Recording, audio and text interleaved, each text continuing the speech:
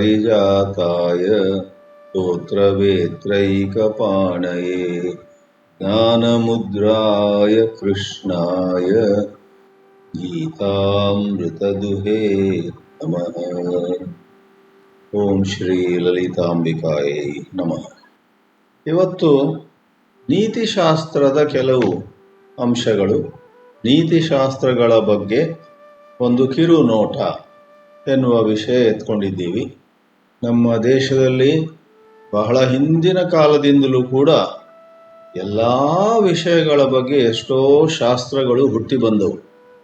ಅದು ಖಗೋಳ ಶಾಸ್ತ್ರ ಇರಲಿ, ಆರೋಗ್ಯಕ್ಕೆ ಸಂಬಂಧಪಟ್ಟಂತೆ ಆಯುರ್ವೇದ ಇರಲಿ, ಯೋಗ ಇರಲಿ, ವ್ಯಾಕರಣ ಇರಲಿ, ಜ್ಯೋತಿಷ ಇರಲಿ, ಧರ್ಮ, ಮೋಕ್ಷ, ಗಣಿತ, ವಿಜ್ಞಾನ, ಶಸ್ತ್ರಚಿಕಿತ್ಸೆಯಲ್ಲಿಯೂ ಚರಕ ಶುಶ್ರುತರು ಇತ್ಯಾದಿ ಎಷ್ಟೋ ಹಿಂದಿನ ಕಾಲದ ಶಾಸ್ತ್ರಗಳ ಬಗ್ಗೆ ನಾವು ಕೇಳ್ತೇವೆ. ಇವತ್ತು ನಾವು ಸ್ವಲ್ಪ ಮಾತಾಡಲಿಕ್ಕೆ ಹೊರಟಿರುವಂಥ ವಿಷಯ ನೀತಿಶಾಸ್ತ್ರ. ಬಹಳ ಪ್ರಸಿದ್ಧವಾದದ್ದು ಚಾಣಕ್ಯ ನೀತಿ.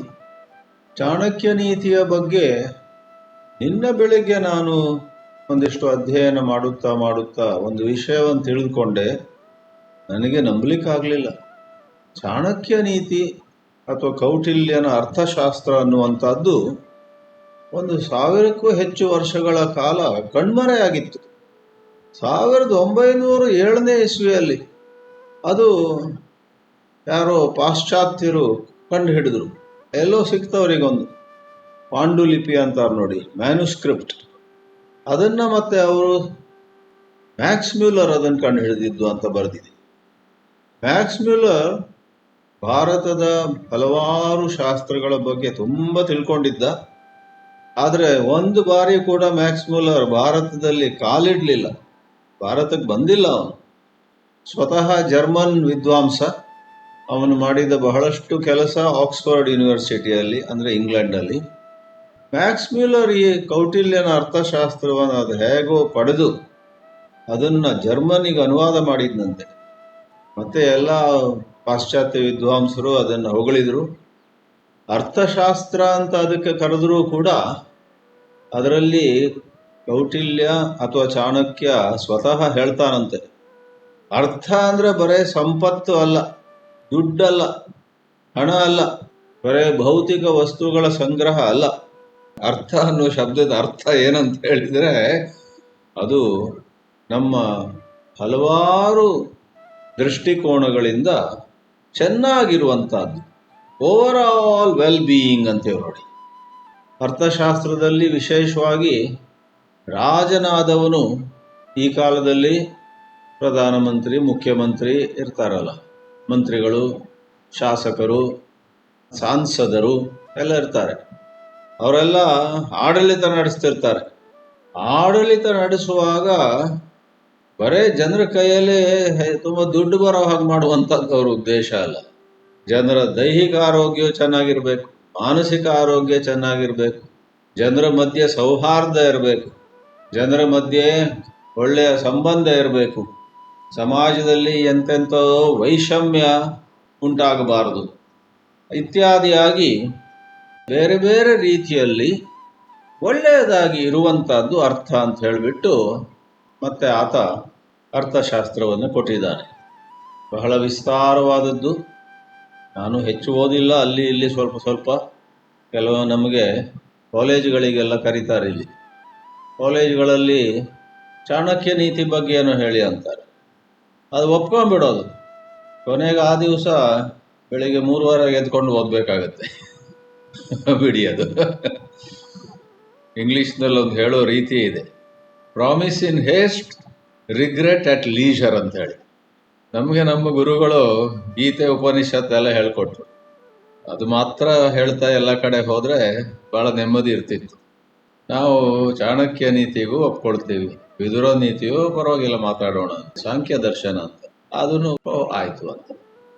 ಆದರೆ ಸೋಜಿಗದ ವಿಷಯ ಅಂತ ಹೇಳಿದರೆ ಈ ನೀತಿಶಾಸ್ತ್ರ ಅನ್ನುವಂಥದ್ದು, ಧರ್ಮಶಾಸ್ತ್ರ ಅನ್ನುವಂಥದ್ದು, ಇವುಗಳೆಲ್ಲ ಗೀತೆ ಮತ್ತು ಉಪನಿಷತ್ತುಗಳಿಂದ ಬಹಳ ದೂರವೂ ಅಲ್ಲ. ಸಂಬಂಧ ಇದೆ. ಅಂದರೆ ನಮ್ಮ ಮನುಷ್ಯ ಜೀವನದಲ್ಲಿ ಎಷ್ಟೆಷ್ಟೋ ಶಾಸ್ತ್ರಗಳೆಲ್ಲ ಒಟ್ಟು ಸೇರಿ ನಮಗೊಂದು ಉತ್ತಮವಾದ ಪ್ರಜ್ಞೆಯನ್ನು ನೀಡ್ತವೆ. ನಾವು ಒಳ್ಳೆ ರೀತಿ ಬಾಳಬೇಕಾದ್ರೆ ನಮಗೆ ಅರಿವು ಬೇಕು, ಮನಃಶಾಸ್ತ್ರವೂ ಗೊತ್ತಿರಬೇಕು ನಮಗೆ ಬೇರೆಯವರ ವರ್ತನೆಯನ್ನು ಅರಿಯಲಿಕ್ಕೆ.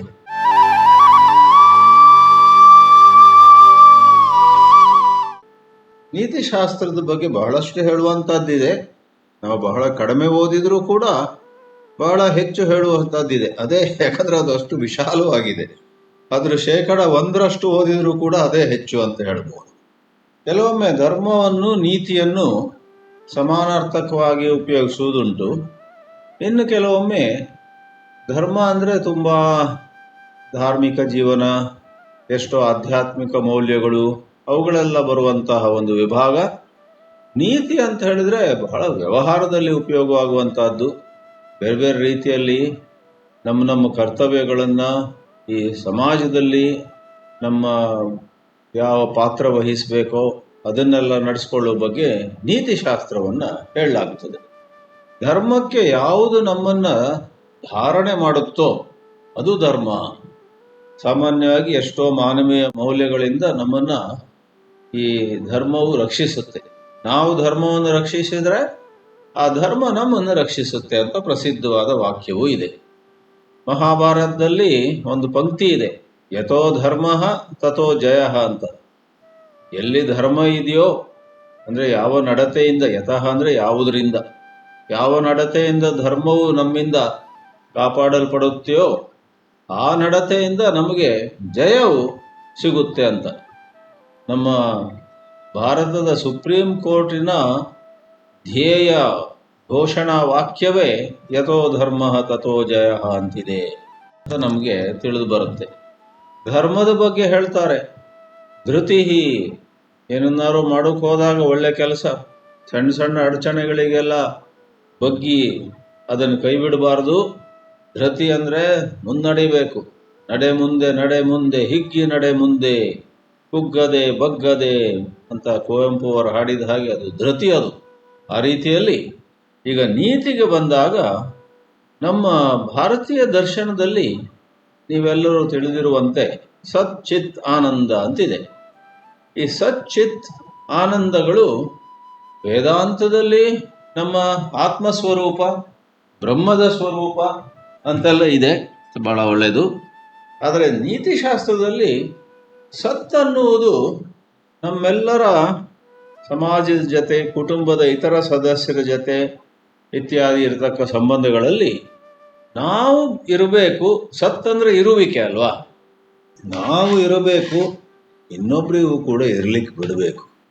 Live and let others live. ಚಿತ್ ಅಂತ ಹೇಳಿದ್ರೆ ನಾವು ಜ್ಞಾನ ಸಂಪಾದನೆ ಮಾಡಬೇಕು, ಎಲ್ಲರಿಗೂ ಕೂಡ ಜ್ಞಾನ ಸಂಪಾದನೆ ಮಾಡೋ ಅವಕಾಶವನ್ನು ಕಲ್ಪಿಸಬೇಕು. ಆನಂದ ಅಂದರೆ ನಾವು ಸಂತೋಷವಾಗಿರಬೇಕು, ಎಲ್ಲರೂ ಕೂಡ ಸಂತೋಷ ಆಗಿರುವಂತೆ ನಮ್ಮಿಂದಲೂ ಕೂಡ ಒಂದಿಷ್ಟು ಕೊಡುಗೆ ಆಗ್ತಾ ಇರಬೇಕು ಅನ್ನುವಂತಹ ಬಹಳ ಉತ್ತಮವಾದ ನೀತಿ ಈ ಸಚ್ಚಿತ್ ಆನಂದ 3 ಶಬ್ದಗಳಿಂದ ಹೊರಹೊಮ್ಮುತ್ತೆ. ವಿದುರ ನೀತಿಯ ಬಗ್ಗೆ ಸುವರ್ಣಮುಖಿ ಆಶ್ರಯದಲ್ಲಿ 1-2 ಬಾರಿ ವ್ಯಾಖ್ಯಾನ ಮಾಡಿದ್ದೆವು. ಅದರಲ್ಲಿ ಇದು ಬಂದಿತ್ತು, ರಾಜ ಅನ್ನುವವನು ಪ್ರಜೆಗಳಿಗೆ ಯಾವ ರೀತಿ ಕರವನ್ನು ವಿಧಿಸಬೇಕೋ, ತೆರಿಗೆಯನ್ನು ಹಾಕಬೇಕಂದ್ರೆ ಆ ತೆರಿಗೆ ಹಾಕಿದಾಗ ಅವರ ಬೆನ್ನೆಲುಬು ಮುರಿಯಬಾರದು, ಅವರಿಗೆ ತುಂಬ ನೋವಾಗಬಾರ್ದು. ಹೇಗೆ ಜೇನು ನೊಣ ಬೇರೆ ಬೇರೆ ಹೂಗಳಿಗೆ ಹೋಗಿ ಆ ಹೂಗಳ ಮಕರಂದವನ್ನು ಹೀರುತ್ತೆ, ಆದರೆ ಅದು ಬಂದು ಹೋದದ್ದೇ ಗೊತ್ತಾಗಲ್ಲ ಅನ್ಬೇಕು. ಆ ಹೂಗಳಿಗೆ ಯಾವ ರೀತಿ ಕೂಡ ಅನ್ಯಾಯ ಆಗೋದಿಲ್ಲ, ಆ ಹೂಗಳು ಮುರಿದು ಹೋಗೋದಿಲ್ಲ, ತುಂಡಾಗೋದಿಲ್ಲ, ಅದರ ಎಲೆಗಳು ಬಿದ್ದು ಹೋಗೋದಿಲ್ಲ ಅಥವಾ ಅದರ ದಳಗಳು ಬಿದ್ದು ಹೋಗೋದಿಲ್ಲ. ಆ ಥರ ವಿದುರ ನೀತಿಯಲ್ಲಿ ಶ್ಲೋಕವೇ ಇದೆ, ಅದು ಕೂಡ ನೀತಿ. ಒಳ್ಳೆಯ ರಾಜಂದಿರು ಈ ಪ್ರಕಾರದ ನೀತಿಯನ್ನು ಅನುಸರಿಸಿದರೆ ಆ ಶ್ಲೋಕವೂ ಇದೆ. ಹೀಗೆ ಮುಂದೆ ಹೋಗುತ್ತಾ ಅಲ್ಲಿ ಮತ್ತೊಂದು ಬರುತ್ತೆ, ನಮಗೆ ಬೇರೆ ಬೇರೆ ವಿಷಯಗಳಲ್ಲಿ ನಮಗೆ ಗೊಂದಲ ಉಂಟಾದಾಗ ಬೇರೆ ಬೇರೆಯವರು ಬೇರೆ ಬೇರೆ ಹೇಳ್ತಾರೆ. ಕೆಲವರು ಮಾಡಿ ಅಂತಾರೆ, ಕೆಲವರು ಮಾಡಬೇಡಿ ಅಂತಾರೆ, ಕೆಲವರು ಹಾಕಿ ಹೆಜ್ಜೆ ಮುಂದೆ ಅಂತಾರೆ, ಇನ್ನು ಕೆಲವರು ಅಯ್ಯೋ ಅದರಲ್ಲೆಲ್ಲ ಕೈ ಹಾಕಬೇಡಿ ಅಂತಾರೆ. ಯಾರ ಮಾತು ಕೇಳಬೇಕು?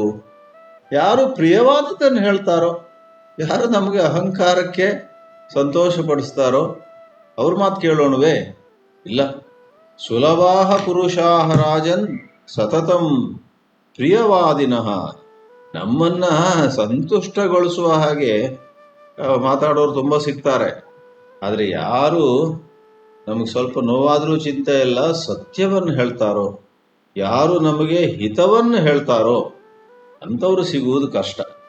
ಅಪ್ರಿಯಸ್ಯ ತು ಪಥ್ಯಸ್ಯ ವಕ್ತಾ ಶ್ರೋತಾ ಚ ದುರ್ಲಭ ಅಂತ ಬರುತ್ತೆ.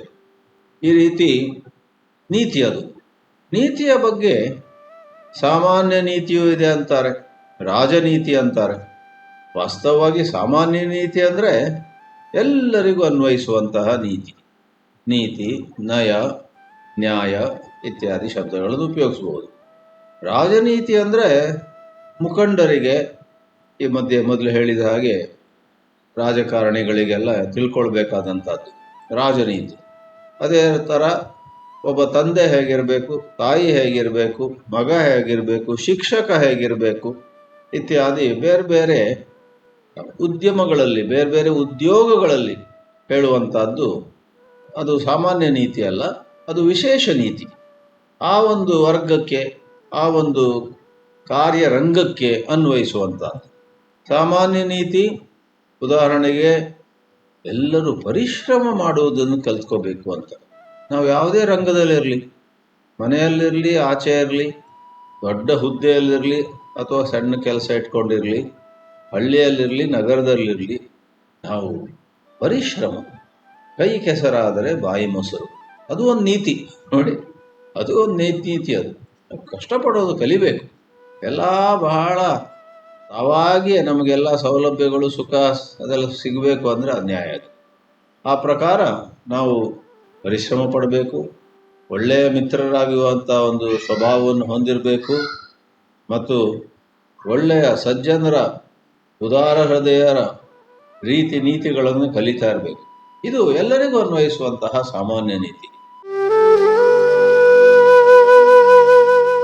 ಆದರೆ ರಾಜನೀತಿ ಅಂತ ಹೇಳಿದರೆ ಒಂದು ಉದಾಹರಣೆಗಾಗಿ, ಈ ಮೊದಲು ಹೇಳಿದ ಹಾಗೆ ರಾಜನೀತಿ ಮಾತ್ರ ಅಲ್ಲ, ಮಂತ್ರಿಗಳಿಗೂ ಅವ್ರದ್ದೇ ನೀತಿ ಇರುತ್ತೆ, ಸೇನಾಪತಿಗಳಿಗೆ ಅವ್ರದ್ದು ನೀತಿ ಇರುತ್ತೆ, ಕೋಶಾಧಿಕಾರಿಗೆ ಅವ್ರ ನೀತಿ ಇರುತ್ತೆ. ಈಗಿನ ಕಾಲದಲ್ಲಿ ಒಂದು ವಿಶ್ವವಿದ್ಯಾಲಯದ ಉಪಕುಲಪತಿಗಳಿಗೆ ಅವ್ರು ಹೇಗಿರಬೇಕು. ನಮ್ಮೂರಲ್ಲಿ ನಮ್ಮೊಬ್ಬರು ಹಿರಿಯರು ಇದ್ದಾರೆ. ಅವರು ರೋಟರಿ ಕ್ಲಬ್ನಲ್ಲಿ ಸುಮಾರು 40-50 ವರ್ಷ ಬಹಳ ಕೆಲಸ ಮಾಡಿದ್ದಾರೆ.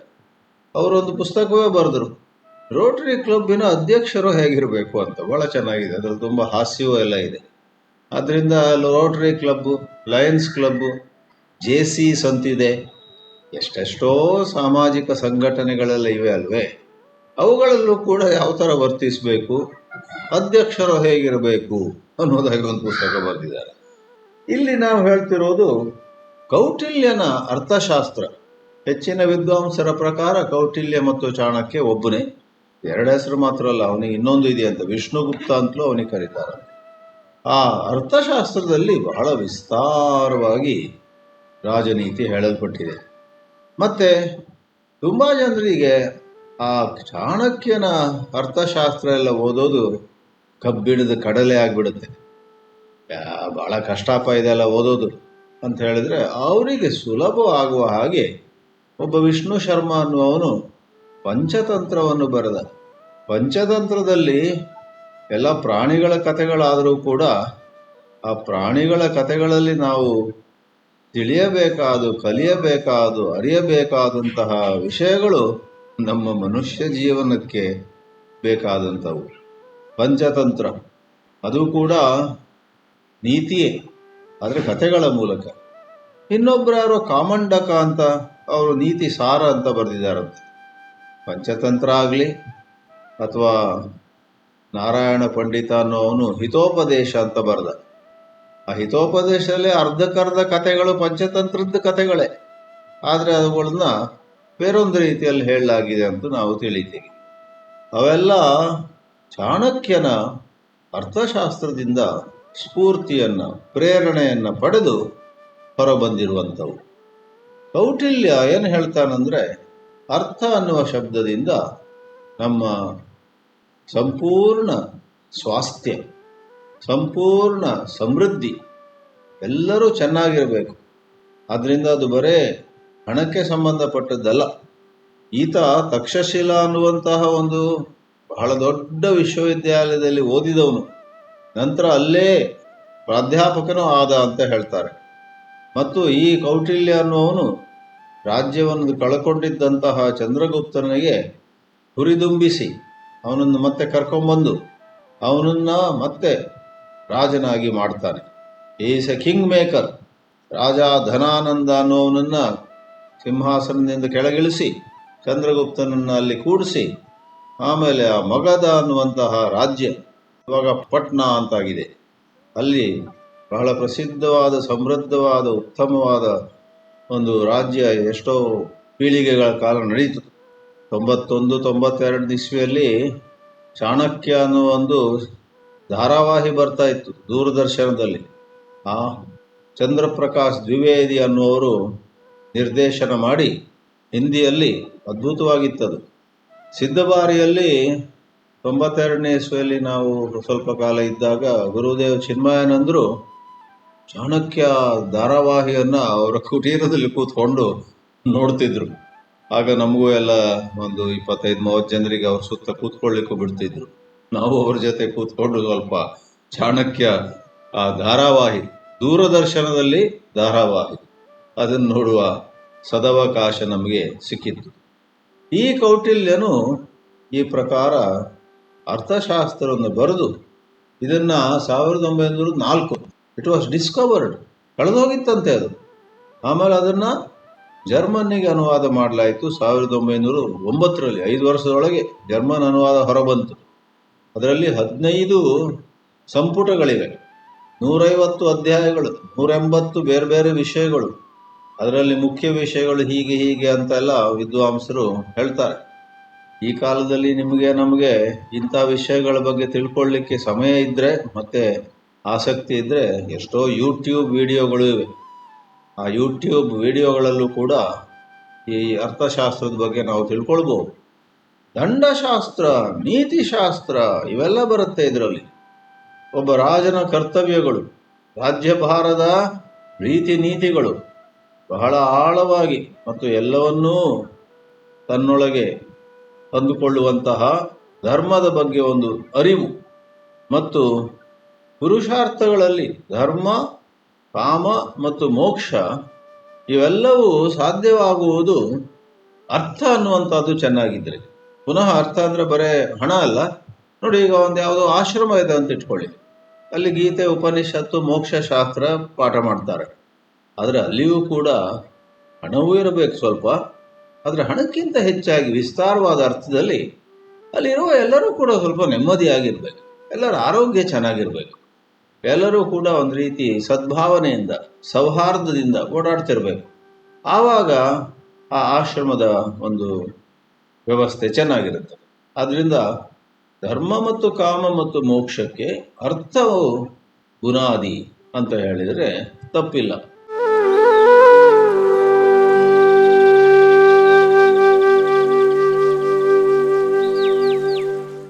ಚಾಣಕ್ಯ ತನ್ನ ನೀತಿಶಾಸ್ತ್ರದಲ್ಲಿ ಭೂಮಿಯ ಬಗ್ಗೆ ತುಂಬ ಹೇಳ್ತಾನೆ. ರಾಜನಾದವನು ತನ್ನ ಜಮೀನು, ತನ್ನ ಭೂಮಿ, ತನ್ನ ಗಡಿಯನ್ನು ರಕ್ಷಿಸಬೇಕು. ಗಡಿಯಲ್ಲಿ ಯಾರೋ ಒಬ್ಬರು ಗಡಿ ದಾಟಿ ಈ ಕಡೆ ಬರೋದು, ನಮ್ಮ ಜಮೀನನ್ನು, ನಮ್ಮ ಭೂಮಿಯನ್ನು ಕಸಿದುಕೊಳ್ಳಲಿಕ್ಕೆ ಪ್ರಯತ್ನ ಮಾಡಿದರೆ ಅದನ್ನು ಬಿಡಬಾರ್ದು. ದೊಡ್ಡ ದೊಡ್ಡ ಯುದ್ಧಗಳೆಲ್ಲ ಆಗಬಹುದು, ಯುದ್ಧಗಳಿಂದ ನಾವು ಓಡಿ ಹೋಗಬಾರ್ದು. ಕೆಲವೊಮ್ಮೆ ಯುದ್ಧ ಮಾಡಲೇಬೇಕು ಅಂತ ಹೇಳಿದ್ರೆ ಮಾಡಬೇಕಾಗುತ್ತೆ. ಅದರಿಂದ ಹೇಳಿದೆ ಇಲ್ಲಿ ಚಾಣಕ್ಯ ನೀತಿಯಲ್ಲಿ, ರಾಜನಾದವನು ಯುದ್ಧಕ್ಕೆ ಸಿದ್ಧನಾಗಿರಬೇಕು. ತಾನಾಗಿ ಸುಮ್ಮನೆ ವಿನಾಕಾರಣ ಯುದ್ಧ ಮಾಡಬೇಕಂತ ಹೇಳಿಲ್ಲ, ಆದರೆ ಜೋಪಾನವಾಗಿರ್ಬೇಕು, ಜಾಗೃತಿ ಆಗಿರಬೇಕು. ತನ್ನ ನೆರೆಹೊರೆಯವರು ಹೊರಗಿನಿಂದ ಮೇಲ್ಮೇಲಿನಿಂದ ಸ್ನೇಹವನ್ನು ತೋರಿಸ್ತಿರ್ಬೋದು, ಆದರೆ ಒಳಗೊಳಗಿಂದೇ ಅವರ ಕಣ್ಣು ನಮ್ಮ ಭೂಮಿಯ ಮೇಲಿರ್ಬೋದು. ಈಗ ನೋಡಿ, ಭಾರತಕ್ಕೆ ಈ ಕಡೆ ಬಾಂಗ್ಲಾದೇಶ, ಆ ಕಡೆ ಪಾಕಿಸ್ತಾನ, ಉತ್ತರಕ್ಕೆ ಚೈನಾ, ದಕ್ಷಿಣದಲ್ಲಿ ಶ್ರೀಲಂಕಾ, ಎಲ್ಲರ ಜೊತೆಯೂ ಕೂಡ ಅಲ್ಲಿ ಇಲ್ಲಿ ಸಂಘರ್ಷ ಇದೆ. ಅದು ಚಾಣಕ್ಯ ನೀತಿಯಲ್ಲಿ ಬಹಳ ಹಿಂದೆ ಕೌಟಿಲ್ಯ ಹೇಳಿದ್ದ. ಅದರಿಂದ ಜಗತ್ತಿನಲ್ಲಿ ಸಾವಿರಾರು ವರ್ಷಗಳ ಹಿಂದೆ ಮತ್ತು ಇವಾಗಲೂ ಕೂಡ ಭೂಮಿ ಅನ್ನುವುದನ್ನು ಎತ್ಕೊಂಡು ಏನೇನೋ ಸಂಘರ್ಷ ಆಗ್ತಾ ಇರುತ್ತೆ. ಇನ್ನು ಸಂಗ್ರಹವಾಗಿ ಸಂಕ್ಷೇಪವಾಗಿ ಹೇಳುವುದಿದ್ರೆ, ನೀತಿಶಾಸ್ತ್ರದ ಒಂದು ಶಿರೋಮಣಿಯಾಗಿರುವಂತಹ ಈ ಚಾಣಕ್ಯ ನೀತಿಯಲ್ಲಿ ಅವನು ತನ್ನ ಎಲ್ಲ ಮಾತುಗಳನ್ನು ಏನೇನು ಹೇಳಬೇಕೋ ಅದೆಲ್ಲವನ್ನು 7 ಅಂಗಗಳಲ್ಲಿ ವಿಭಜಿಸಿ ಹೇಳ್ತಾನೆ. ಹೇಗೆ ಒಂದು ಪ್ರಾಣಿಗೆ ಬೇರೆ ಬೇರೆ ಅಂಗಗಳಿವೆಯೋ, ನಾವು ಮನುಷ್ಯರು ನಮಗೂ ಕೂಡ ಅಂಗಗಳಿವೆ. ತಲೆ ಇದೆ, ಕೈಕಾಲುಗಳಿವೆ, ಹೊಟ್ಟೆ ಇದೆ, ಎದೆ ಇದೆ, ಕಣ್ಣು ಮೂಗು ಕಿವಿ ಎಲ್ಲ ಇದೆ. ಆ ಪ್ರಕಾರ ಆಡಳಿತ ನಡೆಸಬೇಕಾದ್ರೆ ಆಡಳಿತ ವ್ಯವಸ್ಥೆಯ 7 ಅಂಗಗಳನ್ನು ಬಹಳ ಜೋಪಾನವಾಗಿ ನೋಡಬೇಕು ಅಂತಾನೆ ಚಾಣಕ್ಯ. ಕಿಂಗ್, ರಾಜ, ಅಮಾತ್ಯ, ಮಂತ್ರಿಗಳು. ದುರ್ಗ ಅಂದರೆ ಕೋಟೆ. ಹಿಂದಿನ ಕಾಲದಲ್ಲಿ ಕೋಟೆ. ಈಗಿನ ಕಾಲದಲ್ಲಿ ಈ ಕಂಪ್ಯೂಟ್ರು, ಎಲೆಕ್ಟ್ರಾನಿಕ್ಸು, ಎಂತೆಂಥದ್ದೆಲ್ಲ ಆಯುಧಗಳೆಲ್ಲ ಬಂದಾಗ ಕಣ್ಣಿಗೆ ಕಾಣುವ ಕೋಟೆ ಇರೋದಿಲ್ಲ. ಆದರೆ ಯಾವುದೋ ದೂರದ ದೇಶ ಒಂದು ನಮ್ಮ ಕಡೆ ಮಿಸೈಲ್ ಅಂತಾರೆ ನೋಡಿ, ಒಂದು ಅದು ಹಾಕಿದರೆ ಆ ಆಯುಧ ಬರ್ತಾ ಇದೆ ಆಕಾಶದಲ್ಲಿ, ಅದೇನು ನಮ್ಮ ಭೂಮಿಯನ್ನು ಪ್ರವೇಶಿಸುವ ಮೊದಲೇ ಅದನ್ನು ಗಮನಿಸಿ ಅದನ್ನು ಅಲ್ಲಿಯೇ ನಷ್ಟಗೊಳಿಸುವಂಥ ಎಂತೆಂಥ ಸಾಮಗ್ರಿಗಳು, ಎಂತೆಂಥ ಯಂತ್ರತಂತ್ರಗಳೆಲ್ಲ ಬಂದಿವೆ. ಅವೆಲ್ಲವೂ ದುರ್ಗ. ಜನಪದ ಎಲ್ಲ ಭೂಮಿ. ಕೋಶ ಭಾಳ ಮುಖ್ಯ. ಅರ್ಥವ್ಯವಸ್ಥೆ, ನಮ್ಮಲ್ಲಿ ಸಾಕಷ್ಟು ಹಣ ಇದೆಯೋ ಅಥವಾ ಬಡ ದೇಶವಾಗಿ ಉಳಿದು ಬಿಟ್ಟಿದ್ದೀವೋ. ಬಲ, ಸೈನ್ಯ, ಭೂಸೇನೆ, ನೌಕಾಸೇನೆ ಮತ್ತು ವಾಯುಸೇನೆ, ಆರ್ಮಿ, ನೇವಿ, ಏರ್ಫೋರ್ಸ್. ಕೊನೆಯದಾಗಿ ಮಿತ್ರ. ಮಿತ್ರ ಅಂದರೆ ಏನು? ರಾಜನಿಗೆ ಅಲ್ಲಿ ರಾಜಧಾನಿಯಲ್ಲಿ ಕೆಲವು ಒಳ್ಳೆ ದೋಸ್ತಿಗಳಿರ್ಬೇಕಂತಲ. ಆ ದೋಸ್ತಿಗಳು ಮಿತ್ರರು ಇರ್ತಾರೆ. ಆದರೆ ಮಿತ್ರ ಅಂದರೆ ಏನಾದರೂ ನಮ್ಮ ಕಡೆಯ ಬೇರೊಂದು ದೇಶ ಆಕ್ರಮಣ ಮಾಡಿದರೆ ಕೂಡಲೇ ಇನ್ನು ಕೆಲವು ದೇಶಗಳು ನಮ್ಮ ಜೊತೆ ನಿಲ್ಲುವವರಾದರೆ, ನಮ್ಮ ಜೊತೆ ನಿಲ್ಲುವಂತಹ, ಇಂಗ್ಲೀಷ್ನಲ್ಲಿ ಅದಕ್ಕೆ ಅಲೈಸ್ ಅಂತಾರೆ. ಅಲೈಸ್ ಅಂತ ಹೇಳಿದ್ರೆ ನಮ್ಮ ಜೊತೆ ನಿಲ್ಲುವವರು. ನಮಗೇನಾದ್ರು ಕಷ್ಟ ಆದರೆ ಅವ್ರು ನಮ್ಮ ಜೊತೆ, ಅವರಿಗೇನಾದ್ರು ಕಷ್ಟ ಆದರೆ ನಾವು ಅವರಿಗೆ ಜೊತೆ ಕೊಡ್ತೀವಿ. ಆದ್ದರಿಂದ ಹಲವಾರು ಮಾತುಗಳು ಬರ್ತವೆ. ನಾನು ರಾಜ ಆದೆ, ಈಗ ಆದಷ್ಟು ಭೋಗ ಮಾಡೋಣ ಅಂತ ಹೊರಟ್ರೆ ಹೊರಟೋಯ್ತು. ಅವನ ಆಡಳಿತ, ಅವನ ರಾಜ್ಯ ಕೆಟ್ಟೋಗುತ್ತೆ. ರಾಜನು ಸಶಕ್ತನಾಗಿರ್ಬೇಕು, ರಾಜನು ಸಮರ್ಥನಾಗಿರ್ಬೇಕು. ರಾಜ ಗಟ್ಟಿಯಾಗಿದ್ದರೆ ಆ ಮಿಕ್ಕಿದ 6 ಅಂಗಗಳು ಕೂಡ ಚೆನ್ನಾಗಿರ್ತವೆ. ರಾಜನು ಬಹಳ ಪ್ರಬಲನಾಗಿರಬೇಕು. ಅವನು ದುರ್ಬಲನಾದರೆ ಅವರೆಲ್ಲ ದುರ್ಬಲರು. ರಾಜ ಸಶಕ್ತನಾದರೆ ಅವರೆಲ್ಲರೂ ಸಶಕ್ತರು. ಈ ರೀತಿಯಲ್ಲಿ ಈಗಿನ ಕಾಲದಲ್ಲಿ ನೋಡಿ, ಎಂಥ ದೊಡ್ಡ ಸಂಸ್ಥೆಗಳೆಲ್ಲ ಒಂದು ವೇಳೆ ಆ ಸಂಸ್ಥೆ ಅಷ್ಟು ಚೆನ್ನಾಗಿಲ್ದಿದ್ರೆ ಹೇಳ್ತಾರೆ, ಅದು ಈಗಿನ CEO ತುಂಬ ತಪ್ಪು ನಿರ್ಧಾರಗಳನ್ನು ಮಾಡಿದ. CEO, ಚೀಫ್ ಎಕ್ಸಿಕ್ಯೂಟಿವ್ ಆಫೀಸರ್, ಮುಖ್ಯ ಕಾರ್ಯವಾಹಿ ಅಧಿಕಾರಿ, ಅವನು ತಪ್ಪು ಮಾಡಿದರೆ ಸಂಸ್ಥೆಗೆ ದೊಡ್ಡ ಪೆಟ್ಟು ಬೀಳುತ್ತೆ. ಆದ್ದರಿಂದ ರಾಜ ಬಹಳ ಚೆನ್ನಾಗಿ ತನ್ನನ್ನು ತಾನು ನಡೆಸ್ಕೊಳ್ಬೇಕು. ಎಲ್ಲರಿಗೂ ಬಹಳ ಸಮೀಪವೂ ಹೋಗಬಾರ್ದು, ಎಲ್ಲರಿಂದ ದೂರವೂ ಇರಬಾರ್ದು. ಎಲ್ಲ ಕಡೆ ಯಾವುದು ಹಿತವೋ ಯಾವುದು ಮಿತವೋ ಅದನ್ನು ಮಾಡುತ್ತಾ ಹೋಗಬೇಕು. ಅಮಾತ್ಯ ಅಂದ್ರೇನು? ಬರೇ ಮಂತ್ರಿಗಳು, ಸಚಿವರು ಅಥವಾ ಸಲಹೆಗಾರರು ಮಾತ್ರ ಅಲ್ಲ, ರಾಜದೂತರು ಬರ್ತಾರೆ. ಮತ್ತು ಬೇರೆ ಬೇರೆ ರಾಜ್ಯದ ಅಥವಾ ದೇಶದ ಒಳಗಿರುವಂತಹ ಪ್ರದೇಶಗಳಲ್ಲಿ ರೀಜನಲ್ ಗವರ್ನರ್ಸ್. ಕೌಟಿಲ್ಯ ಎಷ್ಟೋ ಕಡೆಯಲ್ಲಿ ಬ್ರಾಹ್ಮಣ ಶಬ್ದವನ್ನು ಉಪಯೋಗಿಸ್ತಾನೆ. ಅದು ಬ್ರಾಹ್ಮಣ ಅಂದರೆ ಜಾತಿಯಿಂದ ಅಲ್ಲ, ವರ್ಣದಿಂದ ಅಲ್ಲ, ಆದರೆ ಈ ಬೌದ್ಧಿಕ ಸಾಮರ್ಥ್ಯ ಇದ್ದವರು. ಬೌದ್ಧಿಕ ಸಾಮರ್ಥ್ಯ ಇದ್ದವರು, ಹೆಂಗಸಾಗಲಿ ಗಂಡಸಾಗಲಿ ಎಲ್ಲಿಂದೇ ಬರಲಿ, ಅವರು ರಾಜನಿಗೆ ತಮ್ಮ ಬುದ್ಧಿಶಕ್ತಿಯನ್ನು ಉಪಯೋಗಿಸಿ ಬೇರೆ ಬೇರೆ ರೀತಿಯಲ್ಲಿ ಸಲಹೆಯನ್ನು ಕೊಟ್ಟು ವ್ಯಾವಹಾರಿಕ ಚಾತುರ್ಯವನ್ನು ಹೇಳ್ಕೊಡ್ತಾರೆ.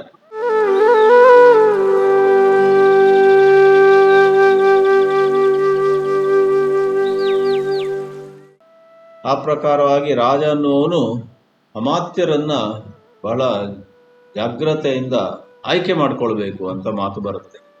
ದುರ್ಗ ಮತ್ತು ಜನಪದ.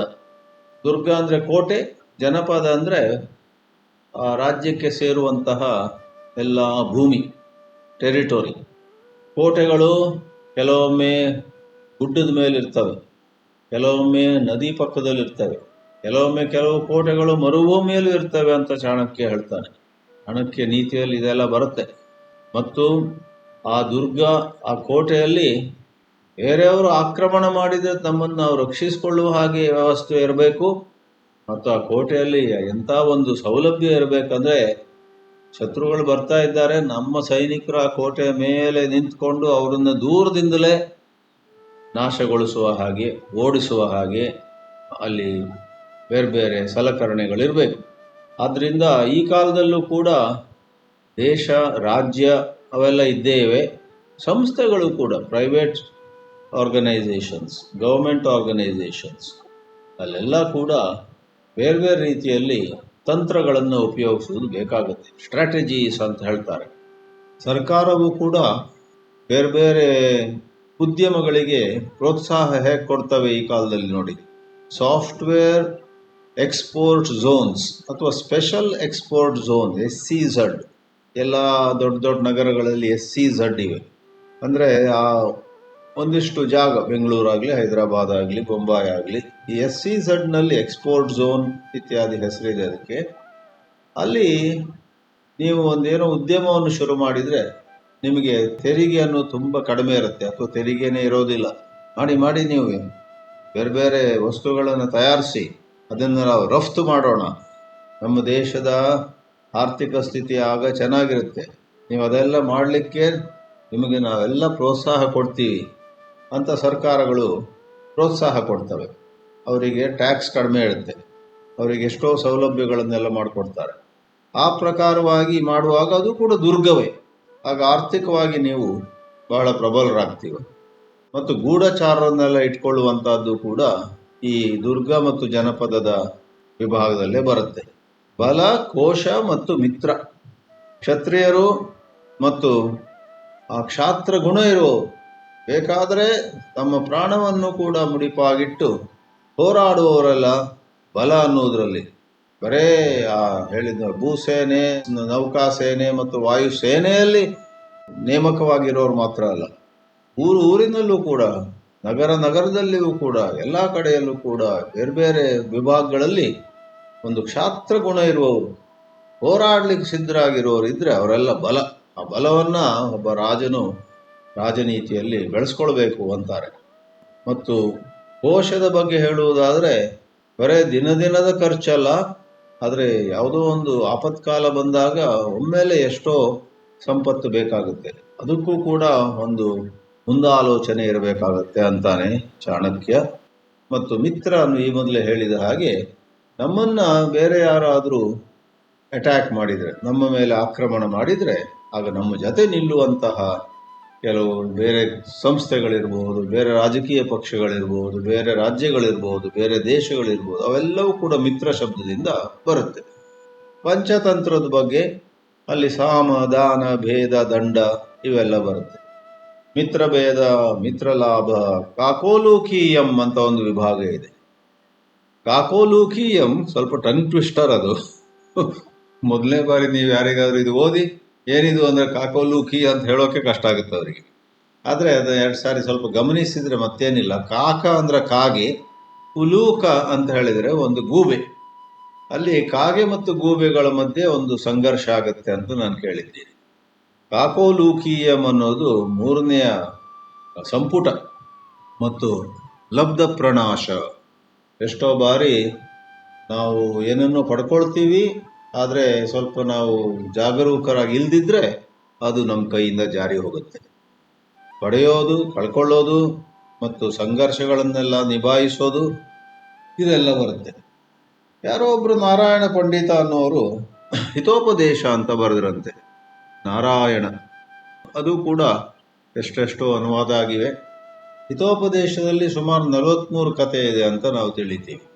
43ರಲ್ಲಿ 25 ಅರ್ಧಕ್ಕಿಂತ ಹೆಚ್ಚು ಅವು ಪಂಚತಂತ್ರದಿಂದ ತಗೊಂಡಿರುವಂಥದ್ದು. ಆದರೆ ನಾರಾಯಣ ಅನ್ನುವವನು ನಾನು ಊಹಿಸುವಂತೆ ಅದನ್ನು, ಆ ಎಲ್ಲ ಕಥೆಗಳನ್ನು ಮತ್ತೊಂದು ಹೊಸ ರೀತಿಯಲ್ಲಿ, ಹೊಸ ಭಾಷೆಯಲ್ಲಿ ಹೇಳಿರ್ಬೋದು. ಅಂತೂ ಅದರಲ್ಲಿಯೂ ಕೂಡ ಮಿತ್ರಲಾಭ ಸುಹೃದ್ಭೇದ, ವಿಗ್ರಹ ಮತ್ತು ಸಂಧಿ ಅಂತ ಭಾಗಗಳಿವೆ ಅಂತೆ. ಅಂತೂ ಅವುಗಳನ್ನೆಲ್ಲ ನಾವು ಅಧ್ಯಯನ ಮಾಡಿದರೆ ನಮಗೆ ಬಹಳ ಒಳ್ಳೆಯ ರೀತಿಯಲ್ಲಿ ತಿಳಿದು ಬರುತ್ತೆ, ನೀತಿ ಗೊತ್ತಾಗುತ್ತೆ.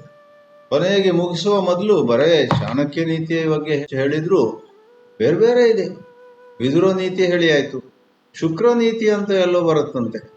ಆಮೇಲೆ ಮಹಾಭಾರತದಲ್ಲಿ ಯಕ್ಷ ಪ್ರಶ್ನೆಯಲ್ಲೂ ಕೂಡ ಎಷ್ಟು ತಿಳ್ಕೊಳ್ಬೇಕಾದಿರುತ್ತೆ, ನಾವು ನಮ್ಮನ್ನು ಹೇಗೆ ನಡ್ಸ್ಕೊಳ್ಬೇಕು ಅಂತ. ಮತ್ತೆ ರಾಮಾಯಣದಲ್ಲಂತೂ ರಾಮ ಭರತನಿಗೆ ಮಾಡುವ ಉಪದೇಶ, ರಾವಣನು ಕೂಡ ತನ್ನ ಮಂತ್ರಿಗಳ ಜೊತೆ ಮಾತಾಡುವಾಗ ಎಷ್ಟೋ ವಿಷಯಗಳನ್ನು ಹಂಚ್ಕೊಳ್ತಾನೆ. ನಮ್ಮಲ್ಲಿ ದೇವತೆಗಳಲ್ಲಿ, ಮನುಷ್ಯರಲ್ಲಿ, ರಾಕ್ಷಸರಲ್ಲಿ, ಅಸುರರಲ್ಲಿ ಎಲ್ಲರಲ್ಲೂ ಕೂಡ ಒಳ್ಳೊಳ್ಳೆಯ ಸಂವಾದಗಳು, ಒಳ್ಳೊಳ್ಳೆಯ ಡಯಲಾಗ್ಸ್ ಬಂದಲ್ಲಿ ತಿಳಿದುಕೊಳ್ಳುವಂಥದ್ದೆಲ್ಲ ಇರುತ್ತೆ.